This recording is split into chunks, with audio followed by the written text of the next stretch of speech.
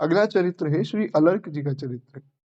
महाराज अलर्क के विषय में हमने पहले भी सुना था, अगर आपको याद हो तो श्री मंदालसा जी का जो चरित्र हमने सुना था, तो माता मंदालसा के चरित्र में उनके 4 पुत्रों का वर्णन आया था। तो उन 4 पुत्रों में जो सबसे छोटे थे, वे अलर्क जी थे।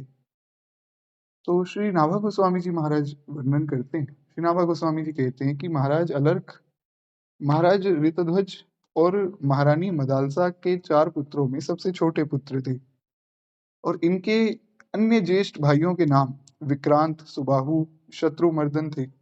और इनकी माता महारानी मदालसा अत्यंत ही विदुषी और ब्रह्म ज्ञानी थी। ये सब बातें हम श्री मदालसा जी के चरित्र में सुन चुके हैं। आशा करता हूँ आपको सब ध्यान में होगा, क्योंकि मदालसा जी का चरित्र सुने हमें समय ज्यादा हुआ नहीं, अभी थोड़े दिन पहले ही हमने सुना था। तो इसलिए आप लोगों को याद होगा, मदालसा जी के चरित्र में हमने सब चर्चा की थी। कहते हैं कि महाराज, उन्होंने अलर्क के ज्येष्ठ भाइयों को बचपन से ही ब्रह्म ज्ञान की शिक्षा दी, जिससे वे लोग ब्रह्म ज्ञानी होकर जीवन मुक्त हुए। और राजा के कहने पर अलर्क को उन्होंने ब्रह्म ज्ञान नहीं दिया था। कथा हमने सुनी थी कि जो भी इनके यहाँ पुत्र होता, तो माता मदालसा उसको ब्रह्म ज्ञान की शिक्षा देती, और वो फिर राज्यकाज को छोड़कर और वन में चला जाता भजन करने। इसलिए शास्त्रों में माता मदालसा को एक आदर्श माता का स्वरूप माना गया है। शास्त्रों में वर्णन आया है कि अगर माता हो तो माता मदालसा जैसी हो, जो बचपन से ही, बाल्यकाल से ही अपने पुत्रों को ऐसा सुंदर उपदेश देती रही, जिससे उनके पुत्र भगवान की प्राप्ति के मार्ग में चले। लेकिन अंतिम जब चौथा पुत्र हुआ, श्री अलर्क जी जब पैदा हुए, तब उनको जो है ब्रह्म ज्ञान का उपदेश नहीं दिया गया, क्योंकि राजा ऋतध्वज ने मना कर दिया। राजा ने कहा कि अगर आप इस प्रकार से सबको ही ब्रह्म ज्ञान का उपदेश देंगी, तो फिर ये राज्य कौन संभालेगा? तो इसलिए ये राज्य करे, इसलिए आप इसको जो है ब्रह्म ज्ञान का उपदेश मत दीजिएगा। तो ऐसा ही हुआ। लेकिन माता मदालसा ने, जब वे वन जा रही थी अपने सब पुत्रों और अपने पति के साथ में, तो उन्होंने एक पत्र जो है बड़ा छोटा सा, उसको एक एक जगह पर संभाल कर एक अंगूठी में रख दिया। और माता मदालसा ने अपने सबसे छोटे पुत्र को कहा कि देखो, हम तो वन जा रहे हैं, पर ये जो अंगूठी है इसको आप संभाल कर रखना, और कभी अगर आप पर कोई बहुत बड़ी विपत्ति आ जाए, तब आप जो है इस अंगूठी का प्रयोग करना। इस प्रकार से ये सब बातें हम सुन चुके हैं। तो वही बात यहाँ पर श्री नाभा गोस्वामी जी महाराज वर्णन कर रहे हैं। वे कहते हैं कि वे बचपन से ही अलर्क को लोरी के माध्यम से राजा का कर्तव्य बताया करती थी। ये बड़ी सुंदर बात है कि माता मदालसा ने बाकी 3 पुत्रों को तो ब्रह्म ज्ञान का उपदेश दिया, पर चौथे पुत्र को जब मना कर दिया महाराज ऋतध्वज ने, तो अब वे तो पतिव्रता नारी हैं, तो अपने पति की आज्ञा को तो वे टाल नहीं सकती। तो इसलिए उन्होंने क्या किया कि अपने चौथे पुत्र को वे राजा के कर्तव्य सुनाया करती थी।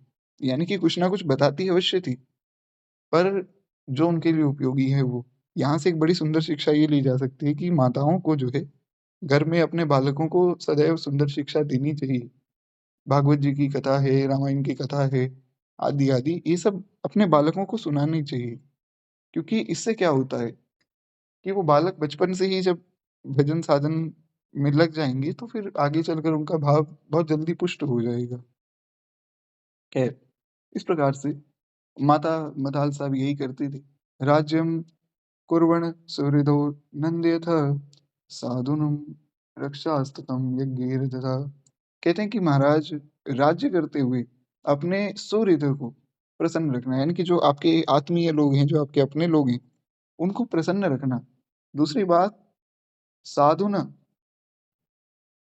जो साधु हैं, साधु पुरुष जो हैं, उनकी रक्षा करना। और साथ में अंतिम बात कही गई कि यज्ञैर्जितः, यानी कि यज्ञ जो है उनके लिए सब धन आदि अर्जित करना, और भगवान के निमित्त जो है यजन करना, यज्ञ करना, ये सब कार्य एक राजा को करने चाहिए। और फिर उसके बाद अन्य अन्य बातें भी उन्होंने बताई कि जो दुष्ट हैं, दुष्टान निघ्न, जो दुष्ट हैं उनका वध किया जाए। और साथ में जो है गो विप्र पार्थे वत्स मृत्यु वृजथा, यानी कि जो गो है, ब्राह्मण है, इनकी रक्षा के लिए प्राण को न्यौछावर कर देना चाहिए। ये एक राजा के कर्तव्य होते हैं कि प्रजा का पालन करे, जो दुष्ट है उनको दंड दे, भगवान के निमित्त यज्ञ आदि करे, क्योंकि यज्ञ आदि में बहुत सा धन चाहिए, वो एक सामान्य व्यक्ति के पास नहीं हो सकता है। तो ये राजा ही यज्ञ करते थे पहले के समय में। और जो अपने आत्मीय लोग हैं उनको प्रसन्न रखे, साधु पुरुषों की रक्षा करे, और उसमें भी विशेष रूप से गो और ब्राह्मण, क्योंकि गाय और ब्राह्मण अगर सुरक्षित रहेंगे तो धर्म भी सुरक्षित रहेगा और सब लोग सुरक्षित रहेंगे। आज के समय में स्थिति ये है कि गाय और ब्राह्मण दोनों पर ही अत्याचार हो रहा है। इसी कारण से धर्म की बड़ी हानि हो रही है।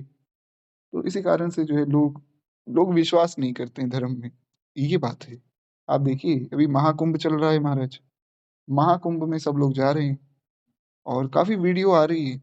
तो हर व्यक्ति यही वीडियो बना रहा है कि जी बड़ी भीड़ है, यहाँ पर कोई व्यवस्था नहीं है, चलने नहीं दिया जा रहा है, हमें टैक्सी नहीं मिल रही है, अन्य-अन्य व्यवस्था नहीं है। देखिए, मैंने पहले भी कहा था कि मैं किसी पॉलिटिकल पार्टी को सपोर्ट तो करता नहीं हूँ। मैं तो डेमोक्रेसी को ही सपोर्ट नहीं करता हूँ। पर एक बात मैं जो मेरे मन में आई कि भैया जब आप महाकुंभ गए हैं और आप थोड़ा-सा चल भी नहीं सकते हैं, तो फिर किस प्रकार से आप महाकुंभ जा रहे हैं? अरे! हम तीर्थ जा रहे हैं तो इसी भावना से जाना चाहिए कि भैया तप करना है। ठीक है, कोई बहुत वयोवृद्ध व्यक्ति हैं तो उनका तो समझ आता है।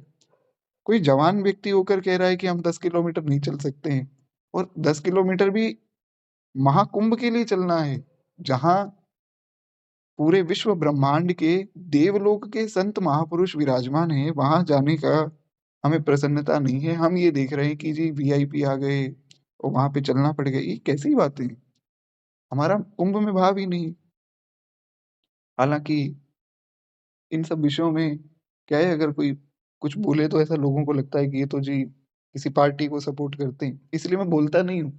और ये समझना चाहिए कि अगर आप में से भी कोई जाए, तो इस भाव से जाइए कि हम कुंभ में जा रहे हैं, संतों के दर्शन करने जा रहे हैं, संगम का स्नान करने जा रहे हैं, श्री ठाकुर जी का आशीर्वाद लेने जा रहे हैं।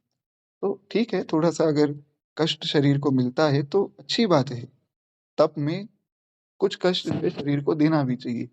खैर, एक बार प्रेम से बोलिए भक्त वत्सल भगवान की जय। हमारा वो विषय नहीं है, इसलिए उस पर चर्चा ज़्यादा नहीं करेंगे। मैं तो केवल इतना कह रहा हूँ कि गौ और ब्राह्मण की जब तक रक्षा नहीं होगी ना, तब तक इस प्रकार से धर्म में अविश्वास हो जाएगा। फिर लोग मानेंगे नहीं शास्त्रों की बात को। तो इसलिए गौ और ब्राह्मण की रक्षा बहुत आवश्यक है। कहते हैं कि इसी प्रकार से माता उनको बड़ी सुंदर सब बातें बताया करती थी और अलर्क को राजनीति का उपदेश देते हुए वे कहती थी कि बेटा, राज्य अभिषेक होने पर राजा को जो है उचित है कि वह अपने धर्म के अनुकूल चलता हुआ आरंभ से ही प्रजा को प्रसन्न रखे। क्योंकि अगर आप प्रजा को प्रसन्न रखेंगे, तो प्रजा आपके साथ रहेगी। हाँ, प्रजा को प्रसन्न रखने का ये अर्थ नहीं कि सब कुछ जो है आप फ्री में बाँट दें। आजकल तो सब लोग ऐसा ही कर रहे हैं कि हम इनको फ्री दे देंगे, कोई कह रहा है हम उनको फ्री दे देंगे। ये नहीं होता है।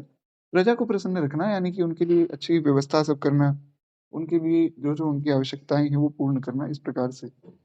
कहते हैं कि 7 व्यसनों में कटु वचन बोलना, कठोर दंड देना, धन का अपव्यय करना, मदिरा पीना और परस्त्री गमन करना, शिकार खेलना और व्यर्थ में जो है समय लगाना और जुआ खेलना, ये 7 प्रकार के व्यसन हैं।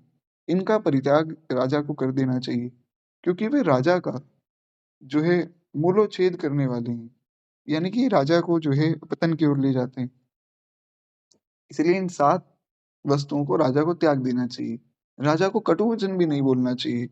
भगवान श्री राम जब राज्य करते थे, भगवान बड़े मधुरभाषी हैं। भगवान ने आज तक कभी किसी को कटु वचन बोला ही नहीं। इसलिए सब लोग राम राज्य की कल्पना करते हैं। कठोर दंड देना, कठोर दंड का अर्थ ये है कि किसी व्यक्ति को उसके अपराध से ज़्यादा दंड नहीं देना। जिसका अपराध ही ऐसा जघन्य है उसको तो कठोर दंड मिलना ही है। बाकी वैसे, तो इस प्रकार से सब बातें यहाँ बताई गई। कहते हैं कि अपनी गुप्त जो मंत्रणा है, उसके बाहर फूटने से उसके द्वारा लाभ उठाकर शत्रु जो है आक्रमण कर देते हैं। तो जो अपनी गुप्त गुप्त मंत्रणा है, उसको गुप्त ही रखना चाहिए। जो अपनी गुप्त बातें हैं राज्य की और राज्य की व्यवस्था की, राज्य की सैन्य बल आदि की, वो अपने तक ही रखनी चाहिए। अतः ऐसा ना होने पर शत्रुओं से अपनी रक्षा करना कठिन हो जाता है। जैसे रथी रथ की गति वक्र होने पर आठों प्रकार से जो है नाश को प्राप्त होता है, उसके ऊपर आठों दिशाओं से प्रहार होने लगता है। उसी प्रकार गुप्त मंत्रणा के बाहर फूटने पर राजा जो है आठों अंगों से, यानी कि जब गुप्त मंत्रणा जो हमारे राज्य के विषय में गुप्त बातें हैं, वो अगर बाहर शत्रुओं को पता लग जाती हैं तो 8 भाग से राज्य का नुकसान होता है। वो 8 भाग कौन से? सबसे पहला खेती की उन्नति नहीं होती, दूसरी बात व्यापार की वृद्धि नहीं होती, तीसरी बात जो है दुर्ग निर्माण, फिर सेतु निर्माण, जंगल से हाथी पकड़कर मंगवाना और खानों पर अधिकार प्राप्त करना और राजाओं को अधीन कर लेना और निर्जन प्रदेश को आबाद कर देना, इनका निश्चयी नाश हो जाता है। सरल शब्दों में अगर समझा जाए तो खेती की उन्नति क्यों नहीं होगी? क्योंकि अगर युद्ध होगा तो ज़मीन ही जो है उतनी उपजाऊ नहीं रहेगी। व्यापार की वृद्धि नहीं होगी, बाहर के लोग जो है हमारे राज्य में इन्वेस्ट ही नहीं करेंगे। वो सोचेंगे कि इस राज्य में तो कुछ बहुत विशेष तो हमें लाभ मिलेगा नहीं, तो वहाँ इन्वेस्टमेंट नहीं आएगी, तो व्यापार नहीं बढ़ेगा। फिर जो है कुछ सेतु निर्माण आदि उनका नाश हो जाएगा, क्योंकि आप जो भी कुछ आगे व्यवस्था बनाएँगे अपनी सुरक्षा की, वो पहले ही सब ज्ञात हो जाएगी और खानों पर अधिकार जो है वो छिन जाएगा, क्योंकि जो द्रोही हैं, जो हमारे शत्रु हैं, वे जो भी हमारी, क्योंकि पहले तो खानों खदानों में से ही सब सोना आदि लाया करते थे राजा, तो उन पर भी वे लोग अपना अधिकार ले लेंगे और जो राजा हमारे अधीन हैं, वे भी हमारे विरुद्ध हो जाएँगे। इस प्रकार से सब बातें यहाँ कही गई। विशेष रूप से हमें इसका विस्तार करने की कोई आवश्यकता है नहीं। तो हम थोड़ा आगे बढ़ते हैं। एक बार प्रेम से बोलिए भक्तवत्सल भगवान की जय। कहते हैं इसी प्रकार से अनेक राजोचित उपदेश देकर माता मदालसा ने अलर्क को सावधान किया और वर्ण धर्म का ज्ञान देते हुए वे कहती हैं कि वत्स, दान, अध्ययन और यज्ञ, ये 3 जो है क्षत्रिय के धर्म हैं। एक क्षत्रिय व्यक्ति को क्या-क्या करना चाहिए? उसमें सबसे पहला है दान, अध्ययन और यज्ञ। कहते हैं पृथ्वी की रक्षा तथा शस्त्र ग्रहण करके जीवन निर्वाह करना, यह उसकी जीविका है। तो इस प्रकार से उनको, क्योंकि वे क्षत्रिय हैं, तो क्षत्रियोचित धर्म का सब उपदेश माता मदालसा ने बताया है कि क्षत्रिय का क्या कार्य है। यहाँ से एक और बात स्पष्ट होती है कि जो वर्ण है, वो जन्म से ही मिलता है। जन्म से मिलेगा तभी तो पता लगेगा ना कि ये क्षत्रिय है, उसका काम क्या है। अब कोई कहे कि जी वर्ण तो कर्मों से मिलता है, तो अब आप ब्राह्मण के भी कर्म कर रहे हैं, क्षत्रिय के भी कर्म कर रहे हैं, सबके कर्म कर रहे हैं, तो फिर आप कर क्या रहे हैं? तो इस प्रकार से माता ने उनको वर्ण धर्म का उपदेश भी दिया। कहते हैं गृहस्थ पुरुषों के करने योग्य कार्य का उपदेश करते हुए वे कहती कि जो व्यक्ति गृहस्थ है, वे प्रतिदिन जो है पितरों के उद्देश्य से अन्न और जल के द्वारा उनका श्राद्ध करे, अनेक या फिर एक ब्राह्मण को भोजन कराए और अन्न में से जो है अग्रासन निकालकर ब्राह्मण को दे। यानी कि पहले जो है ब्राह्मण को भोजन करावे, उसके बाद फिर जो है खुद ग्रहण करना चाहिए। इस प्रकार से सब विधि है। श्राद्ध आदि में सब विधियाँ इस प्रकार से ही पालन होता है। तो कहते हैं दूसरी बात ये है कि ब्रह्मचारी और सन्यासी जब भिक्षा माँगने के लिए आएँ, तो उन्हें भिक्षा अवश्य देनी चाहिए। यथाशक्ति आदरपूर्वक अतिथि का पहले पूजन करना चाहिए। भिक्षा देने की भी एक विधि है, ऐसा नहीं कि कोई आया है और आपने बिना मन के उसको कुछ दे दिया। भिक्षा देने की भी एक विधि है कि कोई ब्रह्मचारी आए हैं, कोई सन्यासी आए हैं, तो हाथ जोड़कर पहले उनका पूजन करना चाहिए, जैसा आपकी सामर्थ्य हो वैसा। फिर जो है उनको प्रेम से जो भी आप यथाशक्ति दे सकें, वो फिर प्रदान करना चाहिए और इस भाव से करना चाहिए कि भगवान के ही ये जन हैं और भगवान का ही ये सामान है, तो हम उनको ही दे रहे हैं। कहते हैं पुत्र, गृहस्थ को सदा जो है सदाचार का पालन करना चाहिए, क्योंकि वह इस लोक और परलोक दोनों में ही कल्याणकारी है और वेदत्रयी का सदा स्वाध्याय करे और विद्वान बने, धर्म के अनुसार धन का उपार्जन करे और उसे यत्नपूर्वक यज्ञ में लगावे। जिस कर्म को करते हुए अपने मन में घृणा ना हो, जिसे महापुरुषों के समक्ष प्रकट करने में कोई संकोच ना हो, ऐसे कर्म जो है निशंक होकर करने चाहिए। वेदत्रयी यानी कि जो वेद हैं उनका पाठ करना चाहिए, विद्वान बनना चाहिए, क्योंकि अगर क्षत्रिय विद्वान नहीं होगा, जो यज्ञ में यजमान बैठा है, वो विद्वान ही नहीं है, उसको कुछ पता ही नहीं है, तो कोई व्यक्ति आए और कहे कि जी हम यज्ञ करा देंगे और यज्ञ में बैठकर वो विवाह के मंत्र पढ़ दे, तो किसी को क्या पता लगेगा? इसलिए राजा का विद्वान होना बहुत आवश्यक है। कहते हैं इसलिए स्वाध्याय करो, वेदत्रयी पढ़ो और धर्म के अनुसार धर्म का उपार्जन करो। जो धन आप ले रहे हैं, वो ईमानदारी से लेना चाहिए धर्म के अनुसार और साथ में उसे फिर यज्ञ आदि में लगाना चाहिए। जो कार्य ऐसा है जिसमें मन में कोई घृणा नहीं है या जो काम बड़ों से और गुरुजनों से छिपाया नहीं जाएगा। कई ऐसे भी जो है उल्टे-सीधे कार्य लोग करते हैं, मदिरा पान करते हैं या अन्य-अन्य व्यभिचार करते हैं। तो ऐसे सब काम नहीं करना चाहिए। कहते हैं कि ऐसे आचरण वाले गृहस्थ पुरुषों को धर्म, अर्थ, काम इन सब की प्राप्ति हो जाती है और साथ में परलोक में भी उनका कल्याण होता है। ये केवल राजा का धर्म नहीं है, ये सबका ही धर्म है, सबको ही ऐसा करना चाहिए। कहते हैं कि माता से इस प्रकार का उपदेश ग्रहण करके अलर्क ने युवा अवस्था में विधि पूर्वक अपना विवाह किया और फिर जो है उससे अनेक पुत्र उत्पन्न हुए और उसने यज्ञों के द्वारा भगवान का यजन किया। तदंतर बहुत समय बाद वृद्धावस्था को जब वे प्राप्त हुए, तो धर्मपरायण महाराज ऋतध्वज और महारानी मदालसा के साथ तपस्या हेतु वन जाने का सबने विचार किया। तो पुत्र अलर्क का राज्याभिषेक कर दिया गया। पुत्र अलर्क को जो है फिर राजा बना दिया गया और ये सब कथा तो हम सुन ही चुके हैं। उस समय जो है मदालसा ने अलर्क की विषय भोग और विषयासक्ति को देखकर उनको कुछ वचन कहा। उन्होंने कहा कि बेटा, गृहस्थ धर्म का अवलंबन करके जो है राज्य करते समय यदि तुम्हारा कोई भी ऐसा समय आए जिसमें तुम पर बहुत बड़ी कोई विपत्ति हो, कोई आपत्ति हो, तो ये अंगूठी मैं तुम्हें देकर जा रही हूँ। इसमें एक उपदेश पत्र है। तो इस अंगूठी में से उस उपदेश पत्र को निकाल कर और उसको एक बार तुम पढ़ लेना। जो रेशमी वस्त्र पर बहुत सूक्ष्म अक्षरों में मैंने लिखा है, उसे तुम पढ़ना। अंगूठी के अंदर रखा है पत्र तो बहुत सूक्ष्म अक्षरों में ही लिखा होगा। तो ये सब बातें तो हमने चर्चा अभी की। तो इस प्रकार से माता ने वो अंगूठी दे दी और माता वहाँ से चली गई। मतलब माता और उनके पिताजी और भाई तीनों वे सब चले गए, तीनों ही वन में भजन करने लग गए। कहते हैं कि माता ने जो सोने की अंगूठी दी और गृहस्थ पुरुषों के योग्य अनेक उपदेश देकर आशीर्वाद भी दिए, तत्पश्चात वे लोग फिर वहाँ से प्रस्थान करते हैं।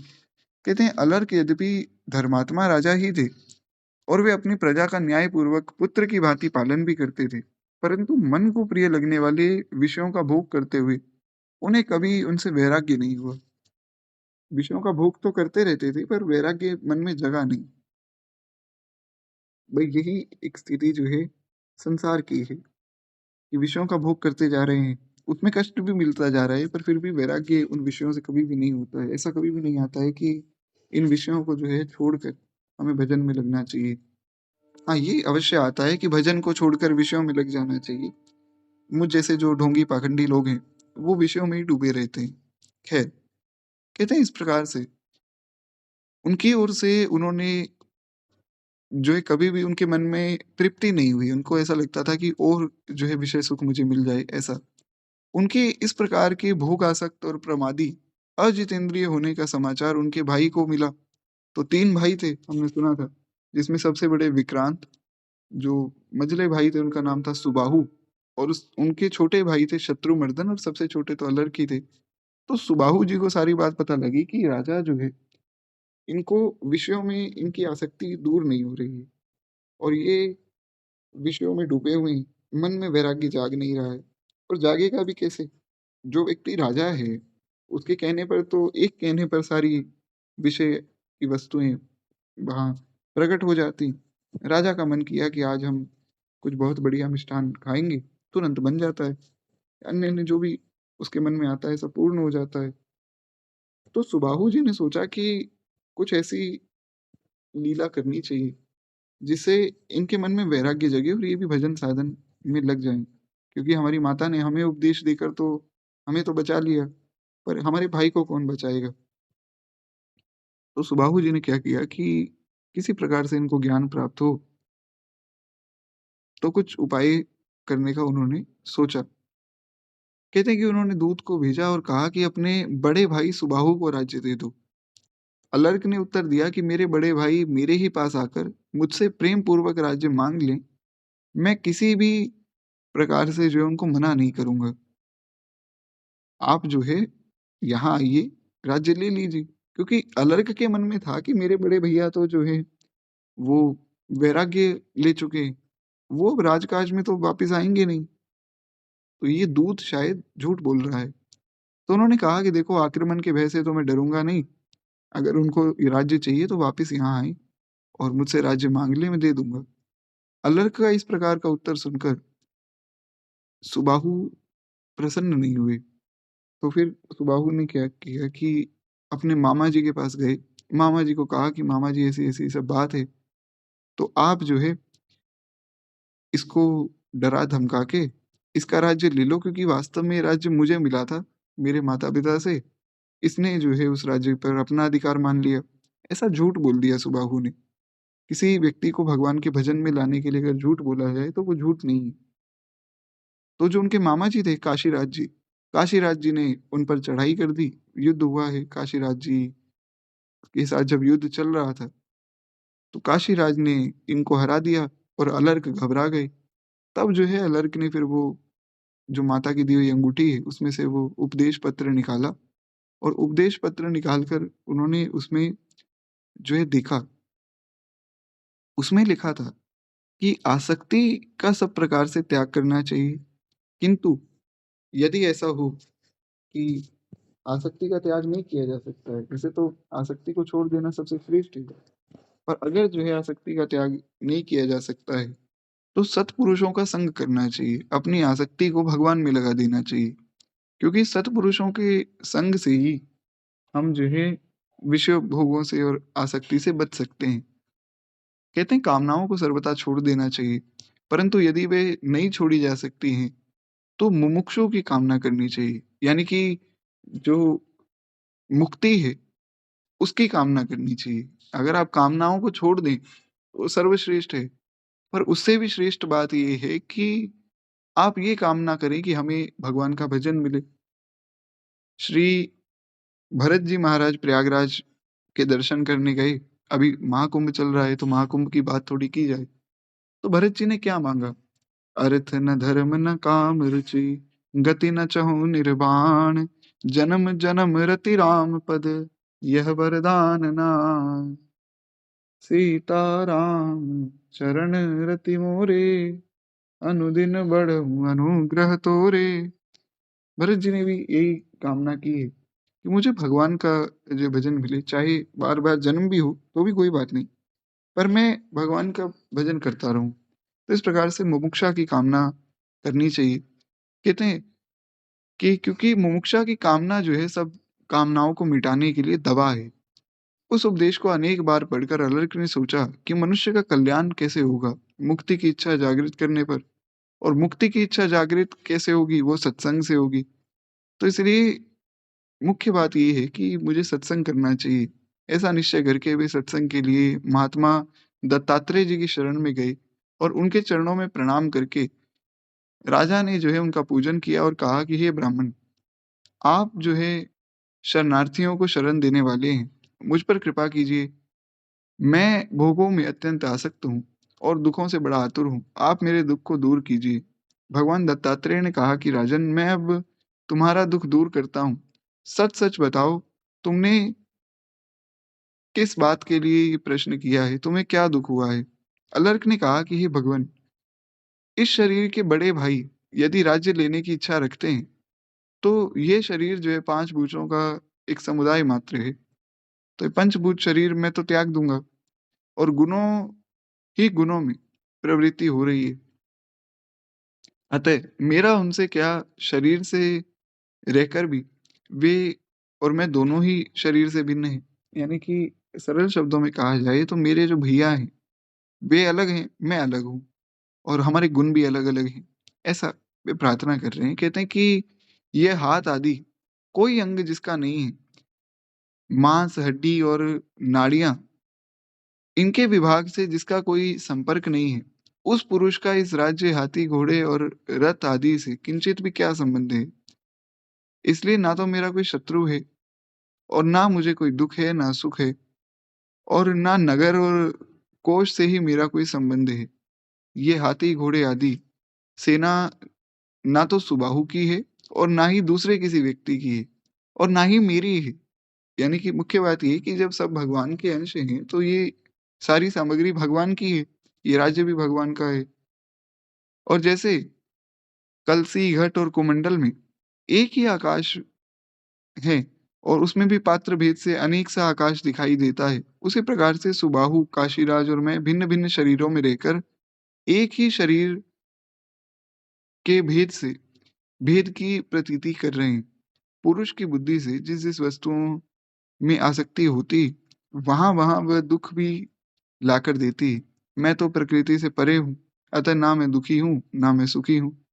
और प्राणियों का जो है भूतों के जो प्रभाव प्राणियों पर होते हैं, वह दुःखमय होते हैं।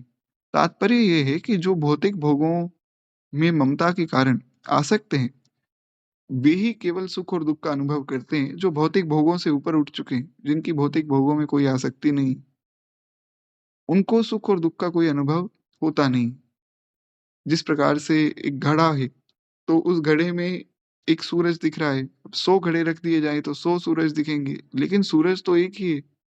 उसी प्रकार से मैं भी एक ही हूँ, मैं भी भगवान का अंश हूँ। मेरा भाई सुबाहु भी भगवान का अंश है और राजा काशीराज भी भगवान के ही अंश हैं। ये तो बस दृष्टि से अलग-अलग सब दिख रहे हैं, वैसे सब एक ही हैं। अलग-अलग शरीरों में सब बैठे हैं, इसलिए सब भिन्न-भिन्न दिखाई देते हैं।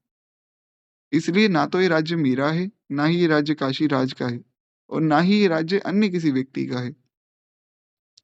अलर्क ने सारी बात बनाई और महाराज दत्तात्रेय कहते हैं कि हे नरश्रेष्ठ, वास्तव में बात ऐसी ही है।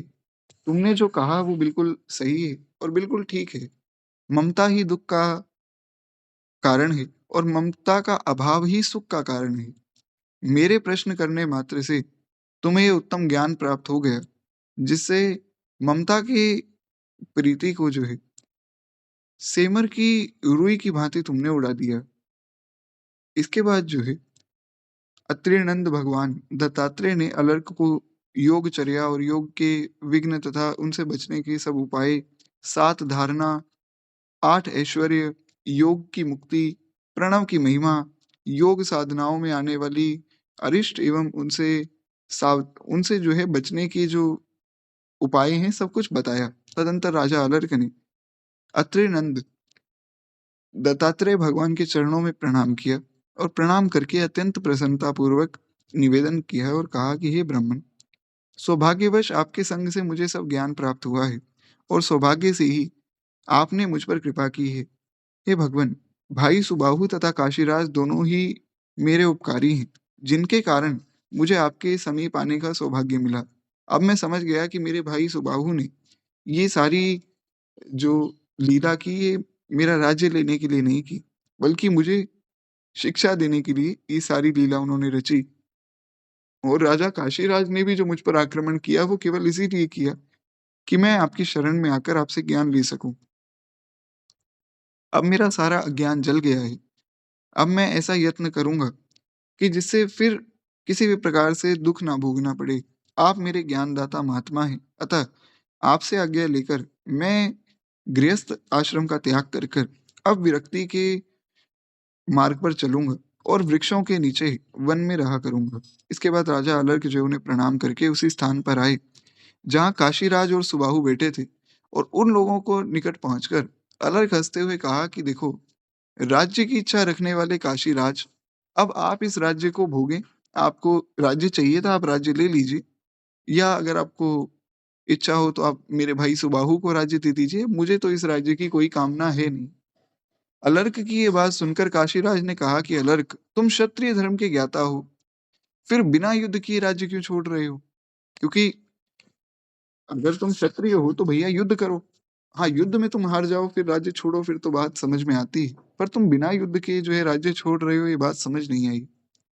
अलर्क ने कहा कि हे नरेश्वर, तुम्हारे भय से अत्यंत दुख पाकर मैंने योगीश्वर भगवान दत्तात्रेय की शरण ली और दत्तात्रेय जी से मुझे ज्ञान प्राप्त हुआ। मुझे समझ आया कि मैं ये शरीर हूं ही नहीं, मैं तो प्रभु का अंश हूँ, मैं तो एक आत्मा हूँ। ये समझना चाहिए। यहाँ जो बात कही है श्री अलर्क जी ने इसमें कोई बहुत ज़्यादा क्लिष्ट बात नहीं, कोई बहुत ऐसी बात नहीं है जो समझ में ना आए, इसीलिए मैंने बहुत विस्तार भी नहीं किया। आशा करता हूँ आप लोग समझ गए होंगे। उन्होंने यही कहा कि ये शरीर भी मेरा नहीं है, ये राज्य भी मेरा नहीं है और ना ही अन्य किसी का है। ये सब कुछ भगवान का है। तो जब सब भगवान का है तो महाराज मैं फिर उसमें दुःख और सुख को क्यों भोगूँ? हमें दुःख और सुख दोनों से ही ऊपर उठना है, ये समझना होगा। यही एक भेद है एक वैष्णव में और एक सामान्य व्यक्ति में। उसको लग रहा है कि अगर सुख भोगूँगा तो आनंद हो जाएगा। सुख में और आनंद में भेद है। सुख क्षणिक होता है, जहाँ सुख है वहाँ दुःख भी रहेगा। ऐसा नहीं होगा कि केवल सुख ही सुख हो किसी के जीवन में और ऐसा भी नहीं होगा किसी के जीवन में दुःख ही दुःख हो। हाँ, कोई मूर्ख हो तो कुछ कहा नहीं जा सकता। ऐसे भी बहुत से लोग आपको मिलेंगे, जो दिन-रात रोते रहते हैं कि अरे! हमारा जीवन तो बड़ा दुःखमय है महाराज, हमारे जीवन में केवल दुःख ही दुःख है। ऐसा होता नहीं, जहाँ सुख है वहाँ दुःख है और जहाँ ना सुख है, ना दुःख है वहाँ परम आनंद है। जाहि न चाहिए कबहु कछुँ तुम सन सहज सनेह, बसहु निरंतर तासुर सोरा और निज गेह।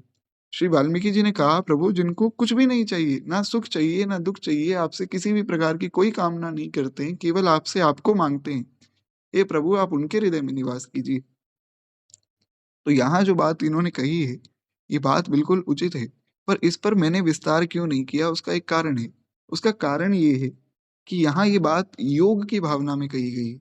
योग में क्या है अब आप देखें, जो वैराग्य का मार्ग है वो थोड़ा-सा क्लिष्ट मार्ग है, उसमें एक ये भाव किया जाता है, न पुण्यम न पापम न सौख्यम न दुःखम। श्री आदि शंकराचार्य भगवान ने ये भाव कहा है। चिदानंदरूपम शिवोऽहं शिवोऽहं। आदि शंकराचार्य भगवान कहते हैं कि मैं तो ना पुण्य मुझे लगता है, ना पाप मुझे लगता है, ना सुख से मैं प्रभावित होता हूँ, ना दुःख से प्रभावित होता हूँ। क्यों? क्योंकि चिदानंद रूपम शिवोऽहं शिवोऽहं। मैं तो शिव का अंश हूँ, चिदानंद रूप हूँ, मैं शिव हूँ। हमारी वैष्णव परंपरा में ये भाव नहीं। जो वैष्णव जन हैं वो इस भाव को थोड़ा अपने भाव से स्वीकार करते हैं। अन्य-अन्य सिद्धांत हैं, कई जगहों पर द्वैत से जो है स्वीकार किया गया कि एक मैं हूँ, एक परमात्मा है, अलग-अलग हैं। कई जगहों पर अद्वैत स्वीकार किया गया कि मैं और परमात्मा एक ही हैं, कोई अलग ही नहीं है। शिवोहम शिवोहम। हमारे यहाँ का जो सिद्धांत है, वैष्णव सिद्धांत, वो है विशिष्ट अद्वैत। वो कैसे? हम ये स्वीकार करते हैं कि हम दास हैं और भगवान स्वामी हैं। हम भोक्ता हैं, हम भोग्य हैं, भगवान भोक्ता हैं। हम अंशी हैं, क्षमा चाहूँगा, भगवान अंशी हैं, हम अंश हैं। तो इस प्रकार से ये सब बातें हम स्वीकार करते हैं, सिद्धांत की चर्चा है। सरल बात इतनी है कि अस अभिमान जाई जन भोरे, मैं सेवक रघुपति पति मोरे। आपको कुछ भी सिद्धांत कभी समझ ना आए ना, तो घबराने की आवश्यकता नहीं है। आप रामचरितमानस उठाइए और कोई चौपाई पढ़ दीजिए। मैं विश्वास दिलाता हूँ आपको समझ आ जाएगा। ये सिद्धांत की चर्चा बड़ी क्लिष्ट है। मैं इसलिए कथाओं में करता भी नहीं हूँ क्योंकि एक तो उसमें बहुत समय भी चाहिए। दूसरी बात ये है कि सिद्धांत की चर्चा बहुत सिद्धांत को जानने वाले व्यक्ति के सामने ही करनी चाहिए। तो कथाओं में क्या है हमारे पास इतना समय होता नहीं है। मुख्य बात इतनी है गोस्वामी जी ने एक चौपाई में सारा समाधान कर दिया। उन्होंने कहा कि भैया कोई अभिमान मन में ना रहे। ये तो वैरागी की बात होगी। वैरागी कहता है कि मैं कोई भी अभिमान नहीं चाहता हूँ। लेकिन भक्त क्या कहता है कि प्रभु मैं अभिमान तो नहीं चाहता हूँ पर एक अभिमान मेरे मन में बना रहे। क्या महाराज? अस अभिमान जाई जन भोरे। एक अभिमान मेरे मन से कभी ना जाए कि मैं सेवक रघुपति पति मोरे, कि मैं सेवक हूँ और भगवान मेरे स्वामी हैं। इतनी बात समझनी है महाराज, काम हो गया। इसलिए तो गोपियों ने कहा कि हम आपकी निशुल्क दासिका हैं। तो हमारे यहाँ ये सिद्धांत स्वीकार किया जाता है। इसलिए मैंने यहाँ पर फिर उसमें बहुत विस्तार भी नहीं किया कि प्रणव की क्या महिमा है और योगचर्या क्या है, योग में आने वाले विघ्न क्या हैं। फिर जो है आसन, धारणा, समाधि, ध्यान और यम, नियम, साधन, ये इस प्रकार से ये सब जो 8 विधियाँ हैं, ये क्या हैं, इन पर हम चर्चा करेंगे तो उसमें कोई विशेष लाभ हमें होगा नहीं। हम तो इतना समझे कि हमारा काम है भगवान का भजन करना, जो गुरुजनों ने आज्ञा कर दी, वो हमें मानना है। खैर एक बार प्रेम से बोलिए भक्तवत्सल भगवान की जय। ये समझना है कि हाँ, कोई मार्ग गलत नहीं है, कोई मार्ग ऐसा नहीं है कि अरे ये गलत मार्ग है, ऐसा नहीं। क्योंकि सब मार्ग सही हैं। पर जो ये तंत्र मंत्र की और ये योग के मार्ग है ना, ये बड़े कठोर हैं। इनमें शरीर को बड़ा कष्ट मिलता है। मैं सुबह से यही चिंतन थोड़ा सा कर रहा था कथा शुरू होने से पहले। क्या है कि मैंने कोई वीडियो कल देखी थी, एक कोई अघोरी जी की वीडियो आई थी महाकुंभ से, तो आजकल वही आ रही हैं। तो उन्होंने कुछ ऐसी-ऐसी बातें कही कि मैं तो हड्डियाँ भी खा लेता हूँ, मैं रक्त भी पी लेता हूँ, ऐसी-ऐसी बहुत सी बातें उन्होंने कही। लोग कमेंट कर रहे थे, कह रहे कैसी बात है? क्या कोई साधु ऐसा करता है? ऐसा करते हैं, ऐसे मार्ग हैं, गलत नहीं कर रहे हैं वो। पर मैं ये पूछता हूँ कि महाराज किसी का रक्त पीना ज़्यादा श्रेष्ठ है या श्री ठाकुर जी को बढ़िया सुंदर अधूठा दूध की खीर का भोग लगाकर वो खीर पीना ज़्यादा श्रेष्ठ है? ये समझना है। क्यों कष्ट देना है व्यर्थ में? जब हमें बढ़िया सब भगवान ने साधन दिया है तो हम उसका पालन करें। तो ठीक है, जिसका जो मार्ग है उनको हम प्रणाम करें, उनका हम आदर करें, किसी का कोई अपमान नहीं। पर हमारा जो मार्ग है वो सबसे श्रेष्ठ है, ये मैं यहाँ व्यासपीठ से बैठकर आपको आश्वासन देता हूँ। बड़ा ही आनंद है महाराज, इस मार्ग में ना तो आपको शरीर को कोई कष्ट देना है, कोई आपको नहीं कह रहा है कि 8 घंटे एक आसन से बैठ के दिखाओ, नहीं बैठा जा रहा है, मत बैठिए। नाम जपना है, कथा सत्संग सुनना है, इतने में ही कल्याण हो जाएगा। खैर, तो इस प्रकार से जो है अलर्क जी ने सारी बात बताई कि देखो मैं समझ गया हूँ कि मैं भगवान का अंश हूँ और मुझे इन राज्य आदि से कोई मतलब नहीं है। मैं तो भगवान की प्राप्ति के लिए भगवान के मार्ग में चलता हूँ। तो आपको राज्य लेना है आप ले लो और मेरी सबसे बड़ी विजय यही है कि मैं भगवान को पा लूँ। आपने इस संसार में सब कुछ पा लिया, भगवान को नहीं पाया तो सब धूल है, सब व्यर्थ है। कहते हैं, अतः अब मैं तुम्हारा शत्रु नहीं हूँ, तुम भी मेरे शत्रु नहीं हो।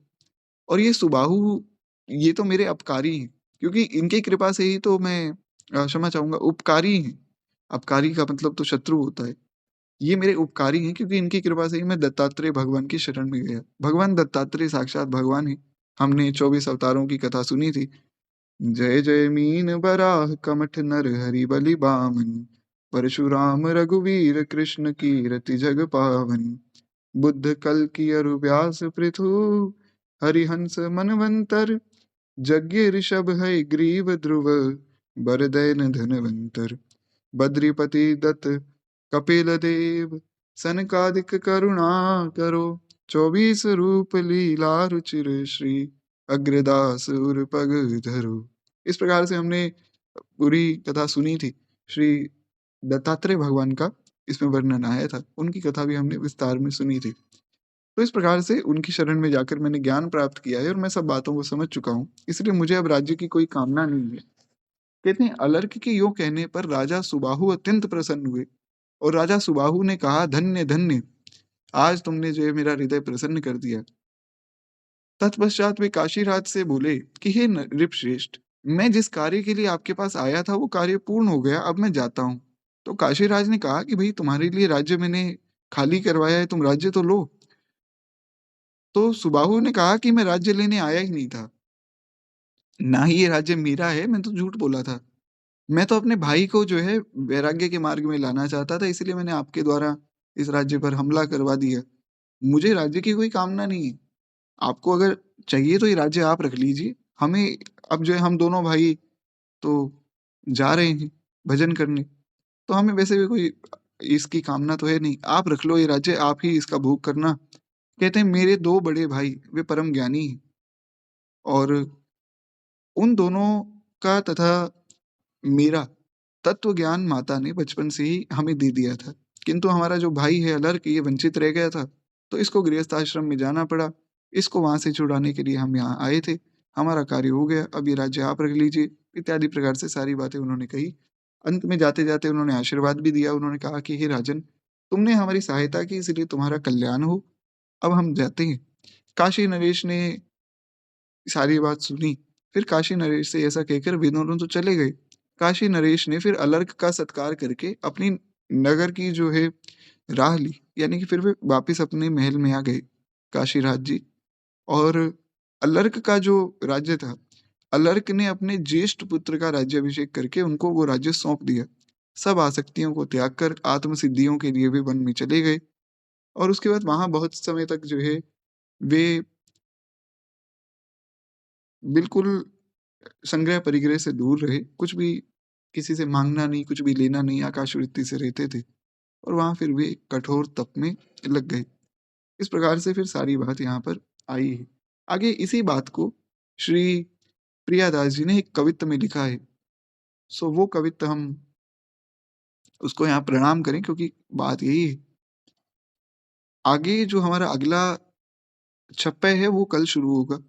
तो आज भक्तमाल जी की कथा को यहीं विश्राम देते हैं।